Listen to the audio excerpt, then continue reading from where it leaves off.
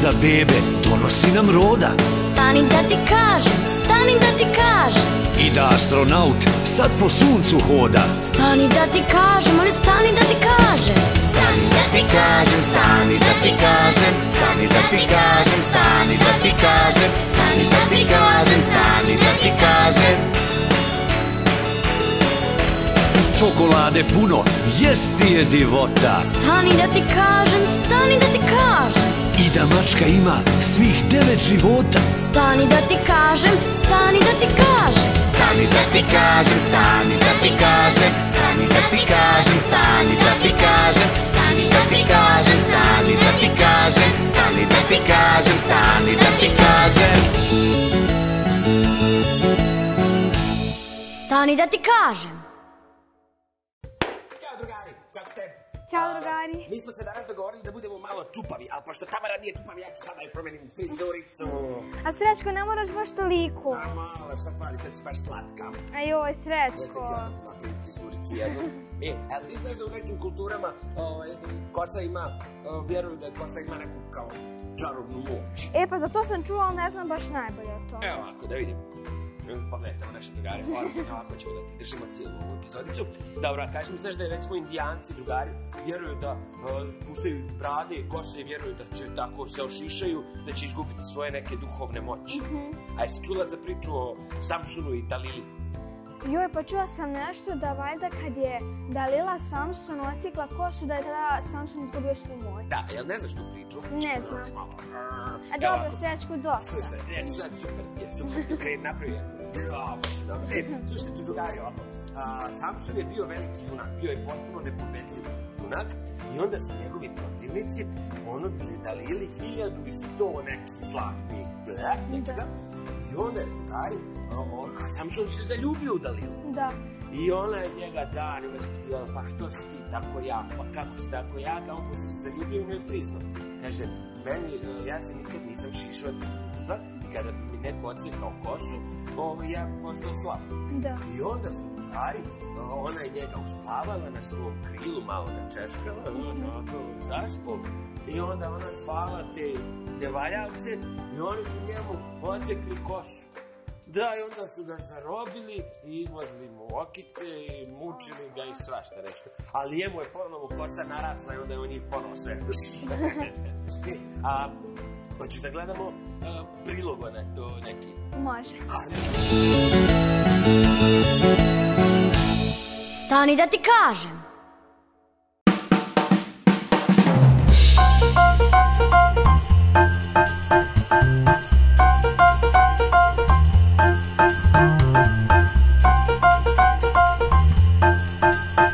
Šta god radili ili gdje god bili, uvijek je važno da budemo uredni i njegovani. U tome nam uz našu dobru volju pomažu ljudi koji su to odabrali kao svoje zanimanje. Jedni od njih su frizeri. Frizer je stručnjak za njegu i oblikovanje kose. Da bi frizura bila funkcionalna, frizer treba poznavati kosti glave, oblik lica i lični stil klijenta. On savjetuje svoje klijente i daje preporuke za pranje kose i oblikovanje frizure. Osim toga, s njim se možete posavjetovati koji proizvod je najbolji za njegu vaše kose, pa čak isti od njega i kupiti. Biti dobar frizer ne znači samo dobro baratati makazama. Biti dobar frizer znači biti dobar psiholog. Prvo mušterijama treba biti obazriv i prijateljski naklonjen, a uzajamno povjerenje je neophodno kako bi se našlo pravo rješenje za vaš izgled.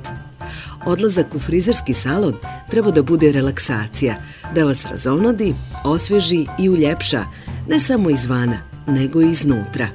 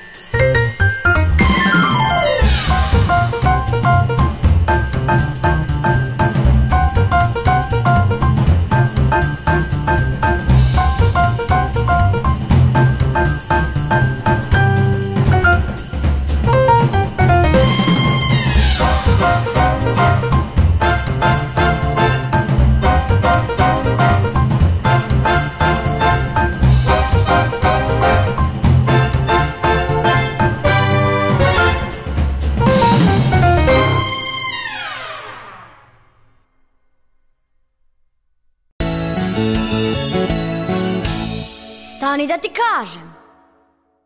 Joj, znaš šta? Šta? Ja baš volim ići od frizera.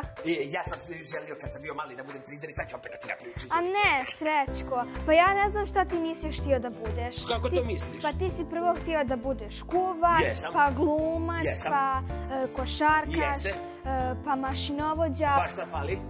Pa ne, samo kažem da si puno stvari htio da budeš. Pa drugari, u redu je da vi menjate svoje želje. Pa jest. Pa jeste, recimo ja sad volim da jedem, na primer, čokoladu. Pa volim i. Ali na primer ti sad odeš, ne znam, tamo u Zambiju i oni tamo imaju neki slatkiš koji se zove džumbumbu. Isprobala je kad džumbumbu? Nisam. Kad probaš džumbumbu, on ti bude lepši od čokolade, ćeš ti onda uzeti džumbumbu ili čokoladu. Pa džumbumbu. Vidiš da može da čovjek da promijeni svoje mišljenje.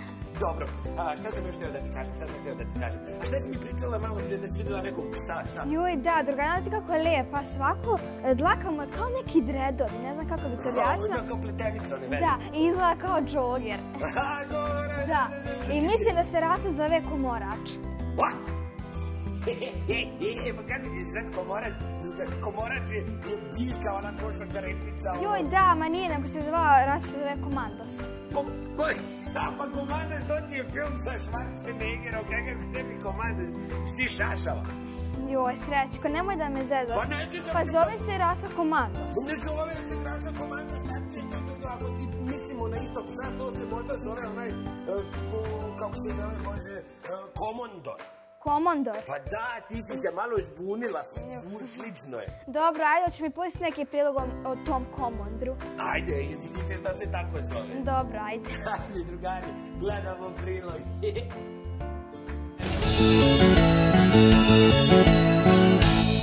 Stani da ti kažem.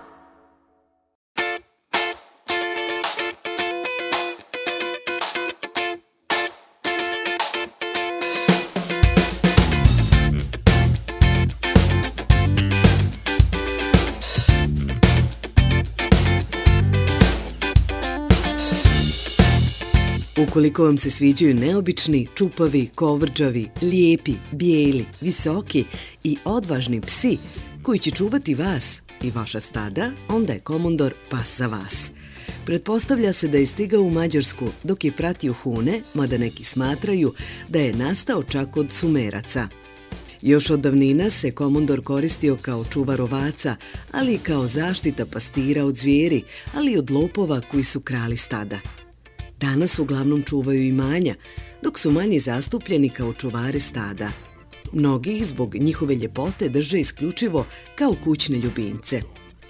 Mužjaci su visoki do 76 cm i teški oko 60 kg, a ženke narastu do 70 cm. Žive od 10 do 13 godina. Lako se prilagođavaju kako na visoku, tako i na nisku temperaturu, mada više vole hladno vrijeme. Danju voli da spava, ali čim padne veče, pretvara se u pravog čuvara. Lavež im je poprilično dubok i glasan, što im svakako pomaže u tjeranju zvijeri. Veoma je odan i voli djecu. Ne voli skučen prostor, pa se zato ne preporučuje za život u gradu.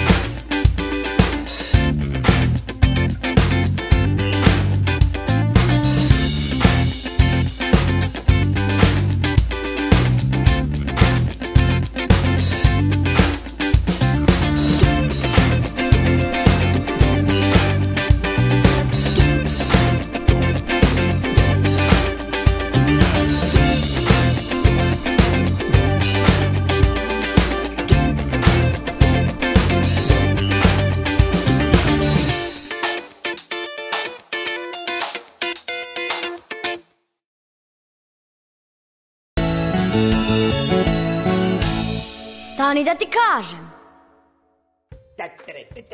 Ja sam bio pravu. Dobro, Srećko. Pa ja sam nisam nađave Srećko Sveznolica. Dobro, nego da te pitam, znaš li ti ko ima najdužu kosu na svijetu? Najdužu kosu na svijetu ima Indika. Da. Znaš kako se zvala? Podsjeti me.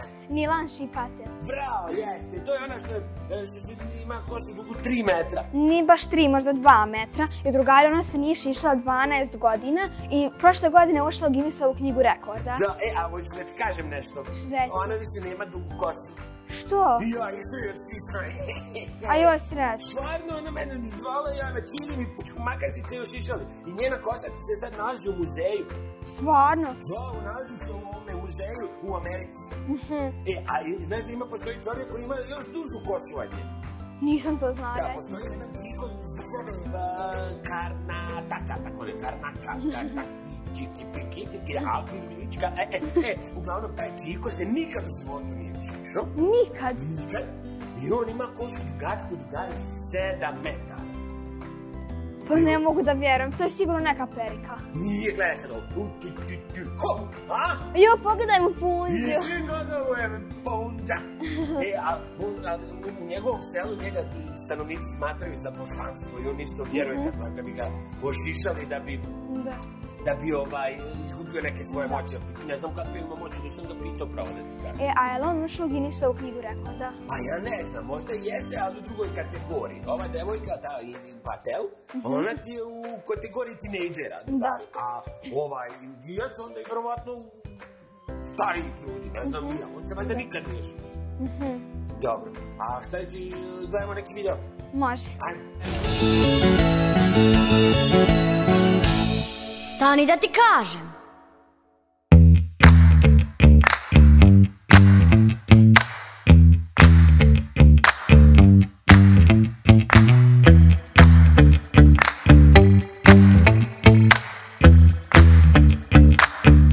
Vlasuljarstvo je vještina i umjeće spravljanja protetike, pri čemu se koriste vlas i kose, prirodna ljudska dlaka ili sintetička zamjena. Ovakva protetika se koristi iz estetskih razloga, u kreiranju filmske ili pozorišne maske, ali u slučajevima djelimičnog ili potpunog gubitka kose. Osim kose mogu se praviti umjetni brkovi, brada, zulufi, pa čak i obrve. Vještački brkovi, brade i zulufi se najčešće koriste na filmu i u pozorištu i imaju slabu primjenu izvan ovih umjetnosti. Perike od prirodne kose se mogu farbati i stilizovati, kao i prirodna kosa. Sintetičke i mašinske perike onemogućavaju naknadno stilizovanje, jer bi bilo primjetno tkanje na koje je dlaka nalijepljena. Ukoliko se perika radi ručno i po mjeri klijenta, mogu se šišati i stilizovati, a zbog mogućnosti održavanja mogu trajati i po nekoliko godina. Proces pravljenja jedne takve perike traje od 4 do 8 nedjelja i cijena im je prilično visoka, te dobri vlasuljari čak daju i garanciju na ručno rađene perike.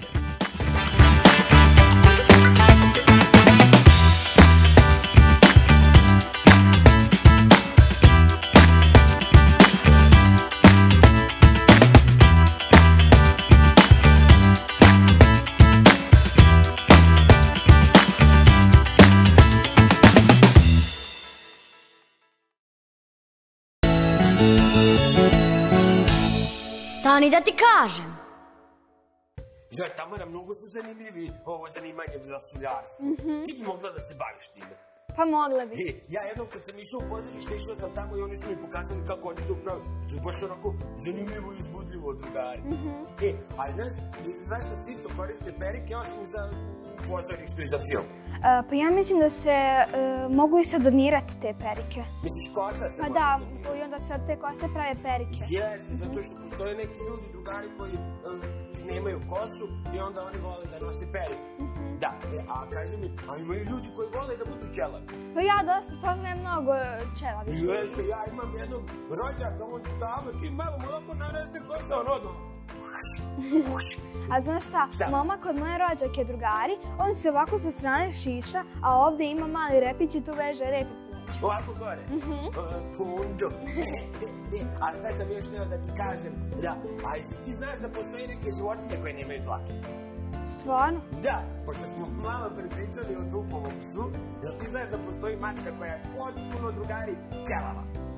Joj, pa nisam nikad čula za tu mačku. Da, zove se Sfinks. Sfinks? Da, zovu je još Sfinga i bezlaka mačka.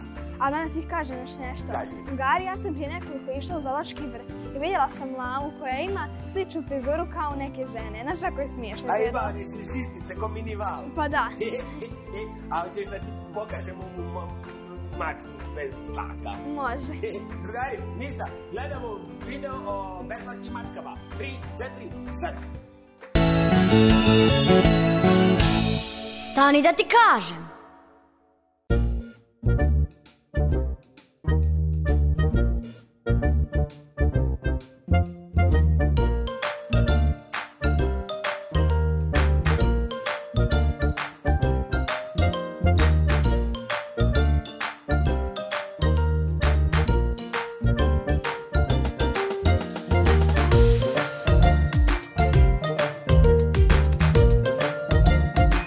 Smatra se da su mačke bez krzna postojale i u vrijeme Azteka, kao i da su ih u Egiptu naročito cijenili. Polazeći od istorije ka modernom vremenu, prve informacije o ovoj rasi stižu nam iz Kanade gdje se rodilo mače bez krzna kao posljedica prirodne genetske mutacije. Od tog mačeta nastala je čitava rasa koju danas zovemo Sfinks. Oni koji su došli u dodir sa ovom macom kažu da je mnogo pametna i da vas ne može ostaviti ravnodušnim. Na razočarenje brojnih radoznalih ljubitelja mačaka moramo da naglasimo da ova mačka ipak ima nekakvu dlaku, odnosno krzno.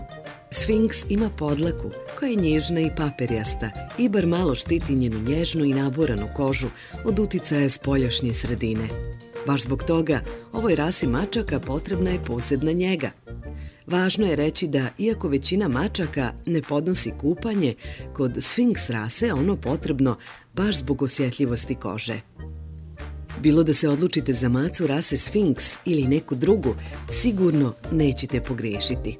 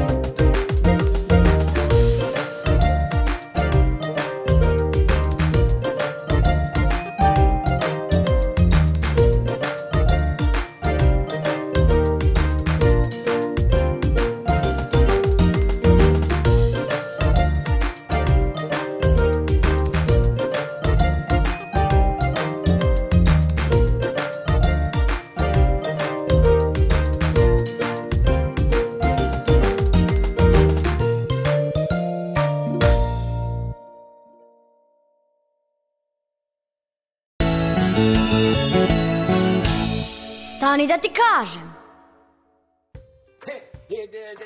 Tamarice, slušaj, moram nešto da ti kažem. Reci mi. Zvao me upravo Edward Makazoroki, znaš ko je to? Da.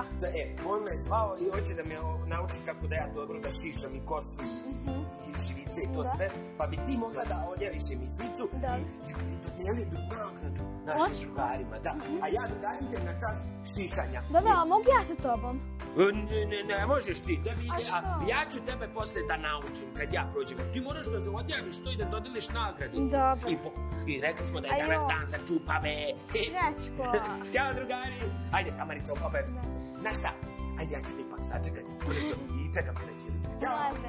Ništa drugari, to je bilo to za danas, a ovdje imamo jedan crtež. Ovo nam je posao Jelena Barašin.